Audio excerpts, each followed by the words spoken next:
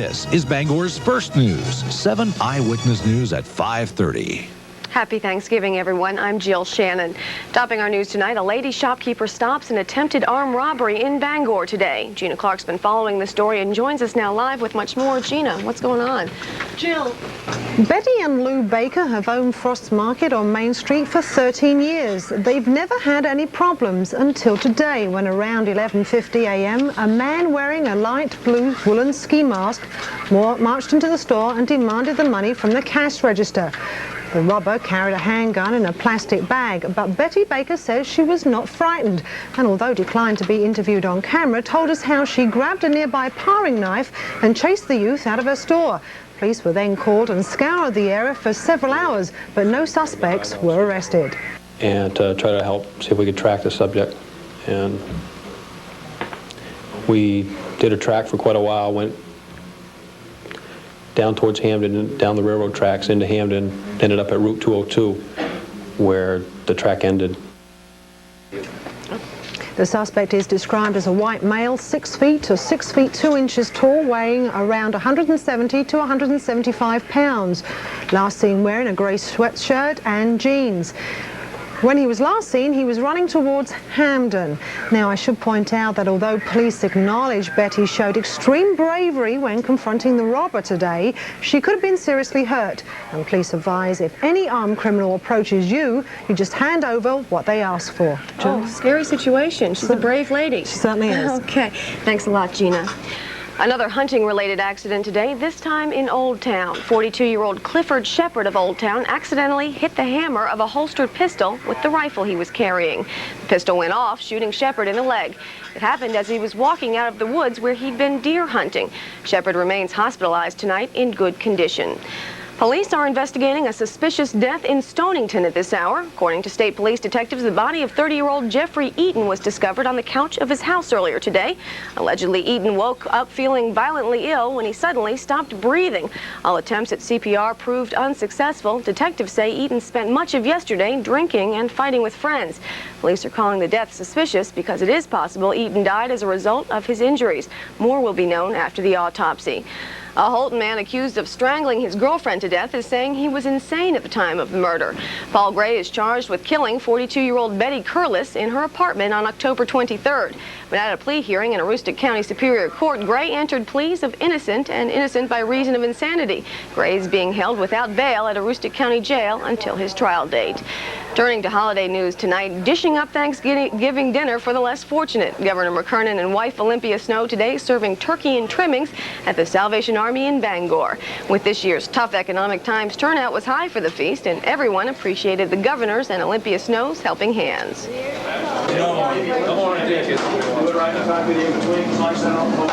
So important in these difficult times, I think, for those of us that can attract people like you to come and chronicle what we're doing, to just point out the wonderful things that groups like the Salvation Army and private restaurants here in Bangor in particular and all across the state are doing to try to help people who really need a helping hand, and we have to make sure that we never forget that. And the Salvation Army, I think personifies what's so good about this country and the American people, is to help others in times of need, and we're glad to be here today to share in this day with others.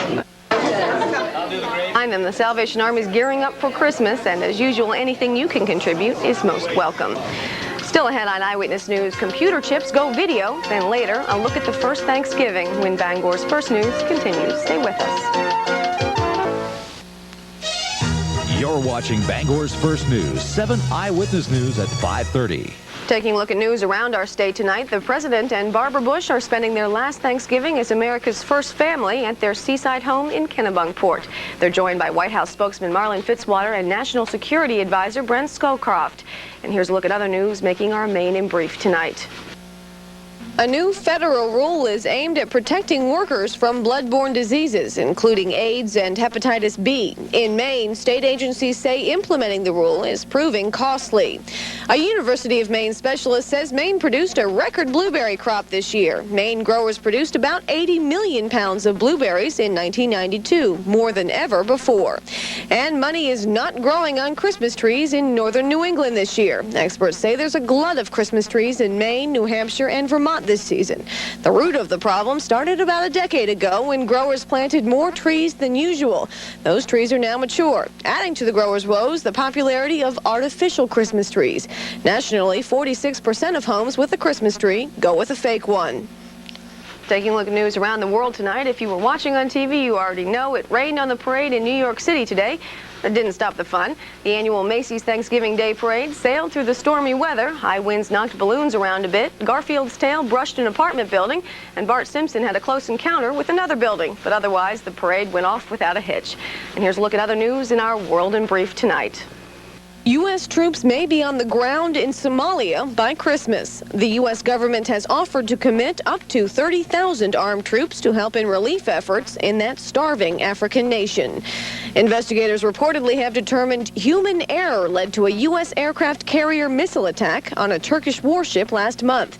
5 people were killed aboard the Turkish destroyer when sailors aboard the USS Saratoga reportedly mistook a drill for a real attack.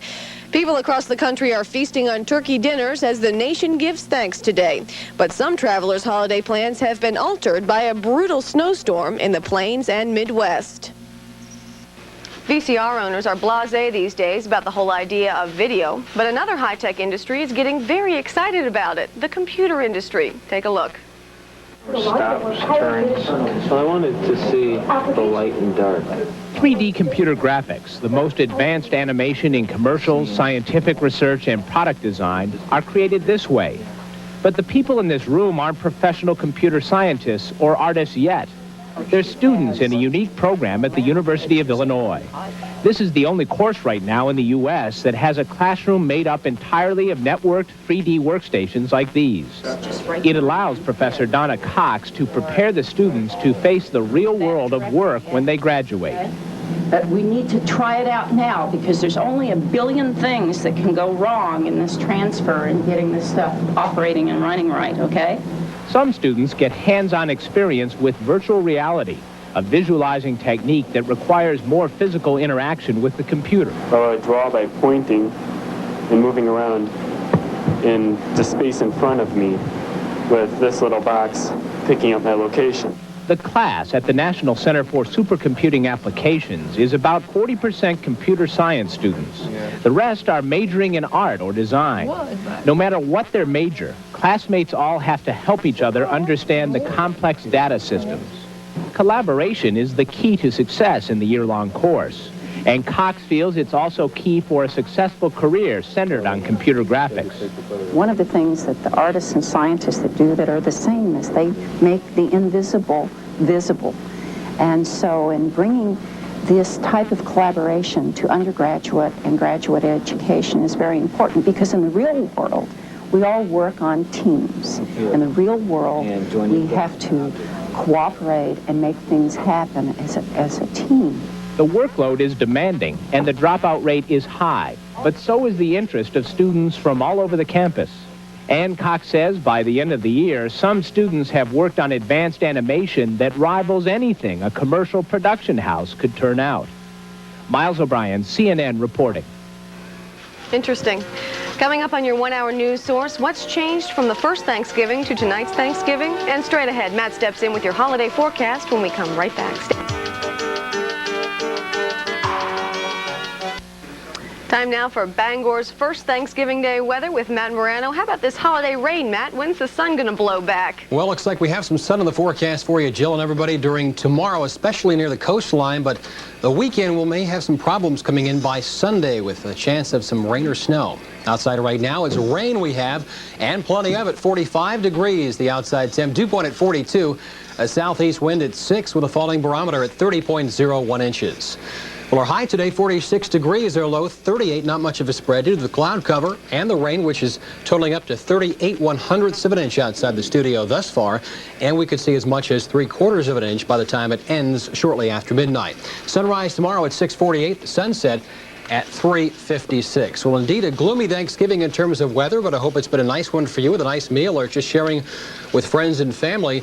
But yes, indeed, the weather has been less than ideal. Lots of rain statewide at this hour. Temperatures kind of cool as well, ranging from the upper 30s across the north to mid-40s along the coast, and I don't expect these temps to be changing a whole lot during the overnight period. On the map tonight, lots of sunshine, clear skies out to the west, but the eastern half of the country is still seeing a lot of cloud cover, even some light snow located across the Mississippi Valley up into the Great Lakes. Some of those lower clouds showing up as a dull gray on the satellite picture. But the eastern seaboard, you notice all that bright white, that is some moderate to occasionally heavy rain. Check out the radar loop from the past 5 hours. You can see it advancing up the coastline.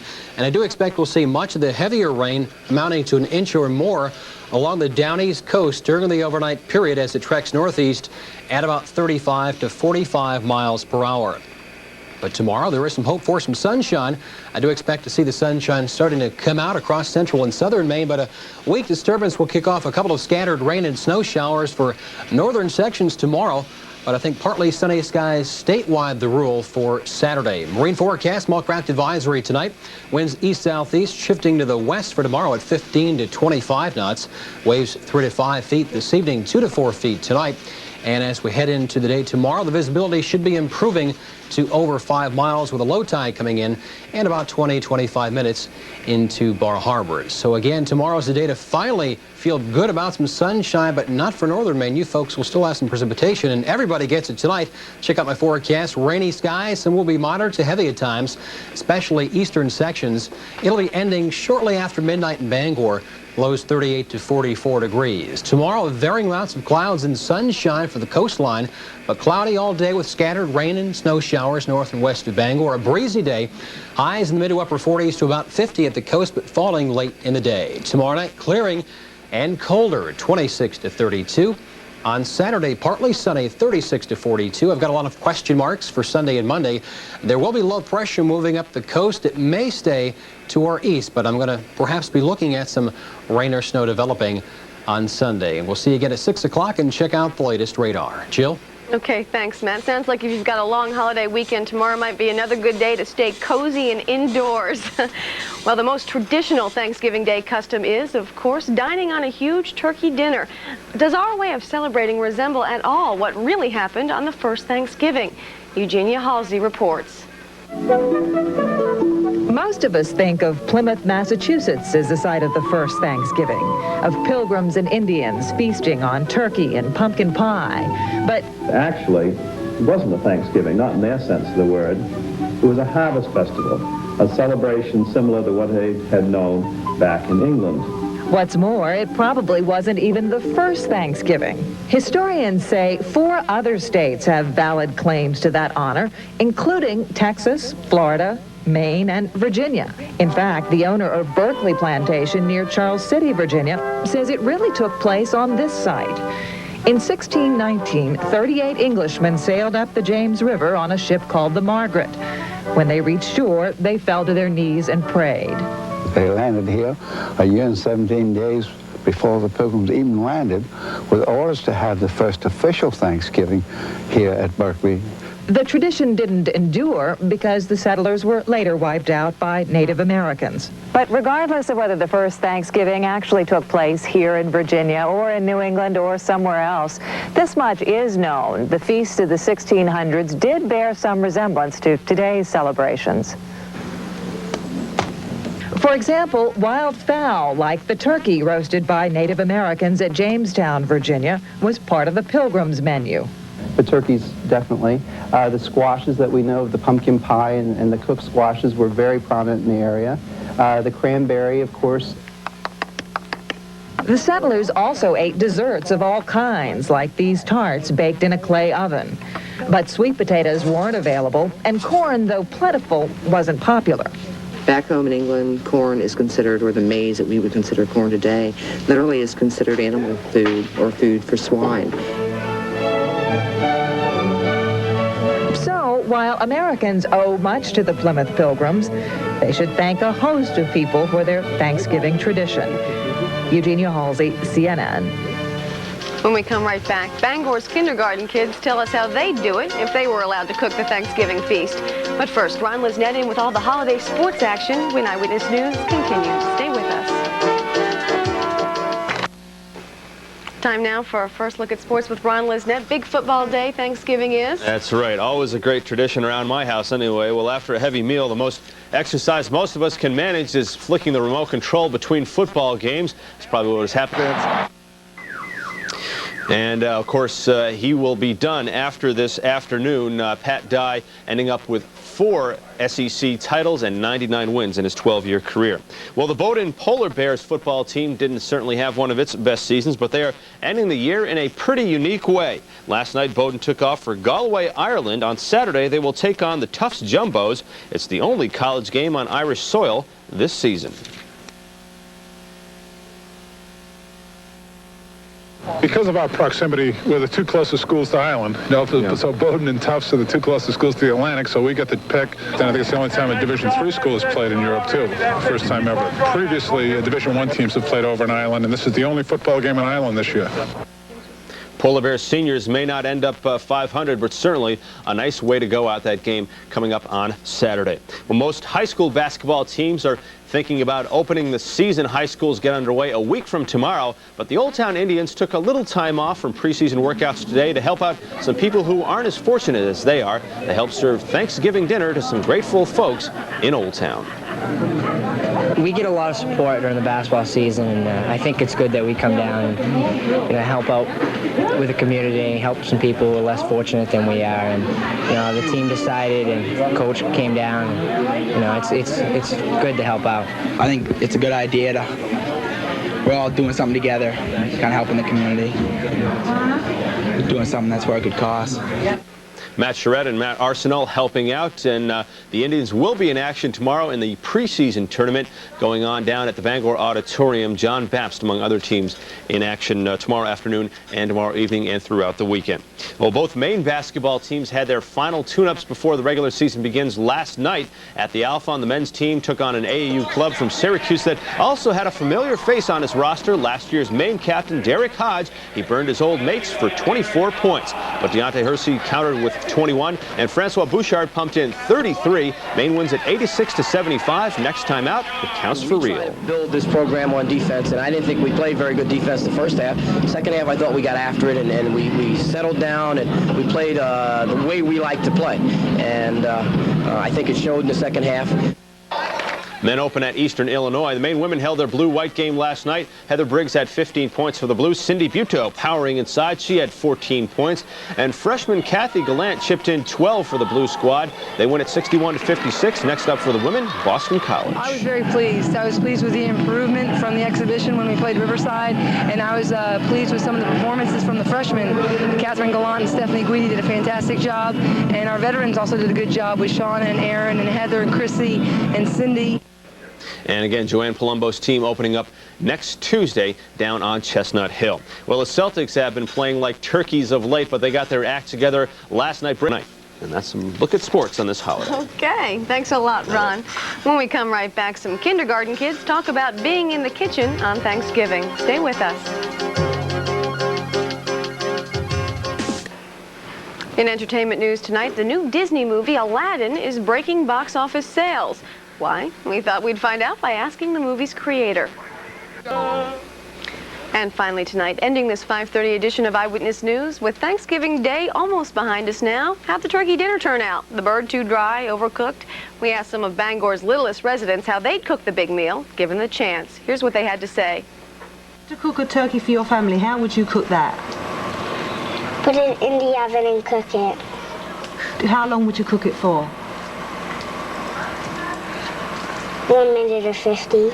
First, get the turkey from the store and you put it in the refrigerator, then you thaw it out, you put salt on it, and you put it in the oven to 100 degrees to 400 degrees, and you cook it for an hour. Yeah? Does it taste good that way? Yes. You put it in the oven for 4 hours and wait until the plastic thing in the back pops out. My mom puts it on the 52. You put it in a plastic bag and you let it set for a few minutes, then you put it in the oven for 4 hours, then you take it out, you put all the stuff in, then you cook it a little more. You take it out and you put it in the oven for and you turn it up for 90 degrees or something like that. Cook it for 10 degrees. 10 degrees. And for how long? 10 minutes. 10 minutes. Does it taste good that way? Most books tell you to cook a bird at 20 to 25 minutes per pound at 325. Myself, I like to wait for that little plastic thing to pop out.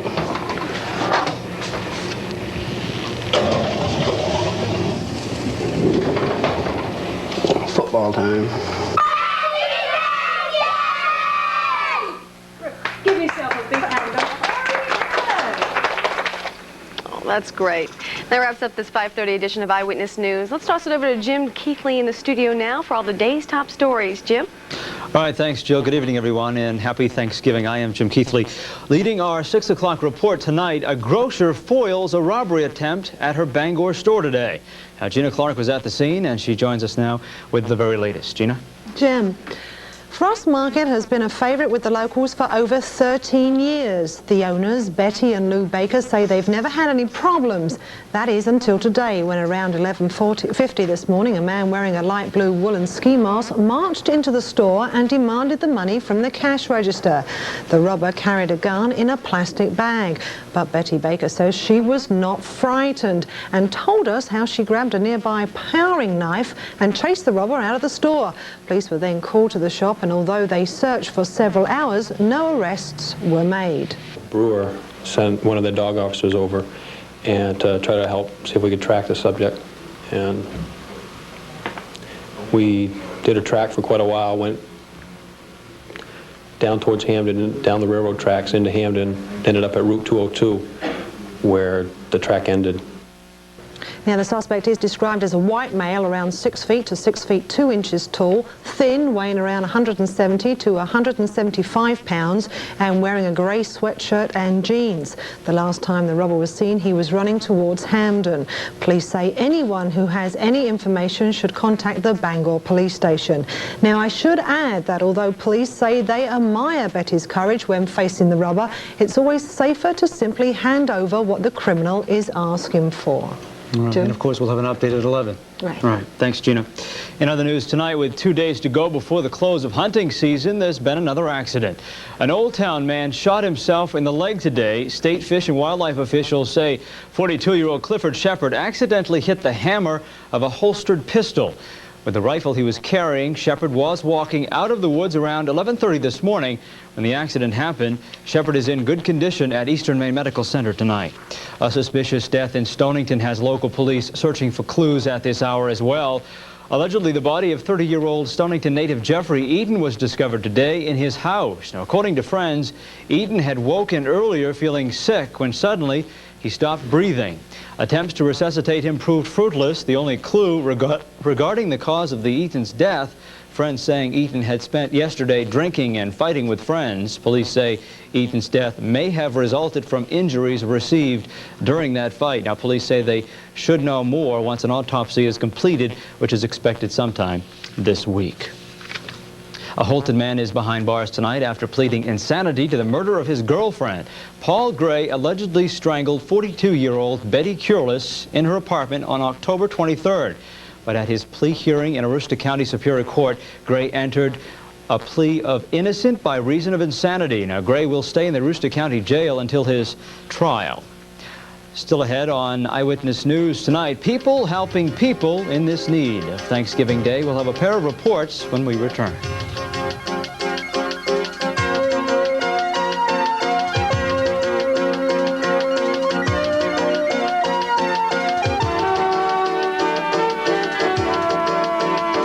You're watching Channel 7 Eyewitness News 6 p.m. report.